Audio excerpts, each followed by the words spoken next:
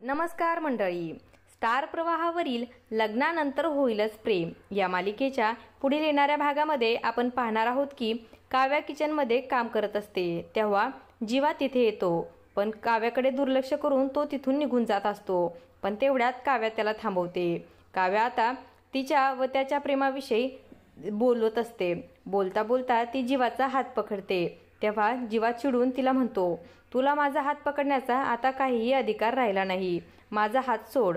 हे ऐकून काव्याला फारच राग येतो आणि ती जीवाला बोलते की आता सगळे हक्क आणि सगळे अधिकार फक्त नंदिनी ताईलाच आहेत, नाही का? मस्त चाललंय की तुमचं.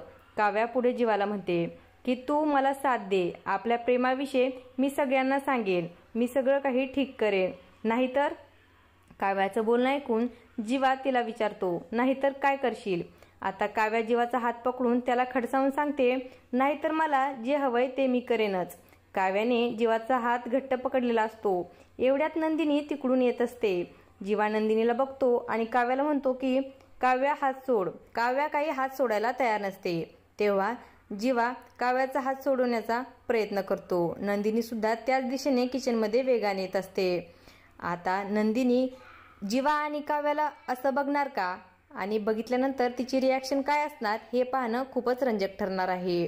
अशाच मालिकांच्या नवनवीन अपडेट्स पाहण्यासाठी आपल्या चॅनलला सबस्क्राईब करा आणि व्हिडिओ आवडला असेल तर लाईक आणि शेअर करायला विसरू नका. धन्यवाद.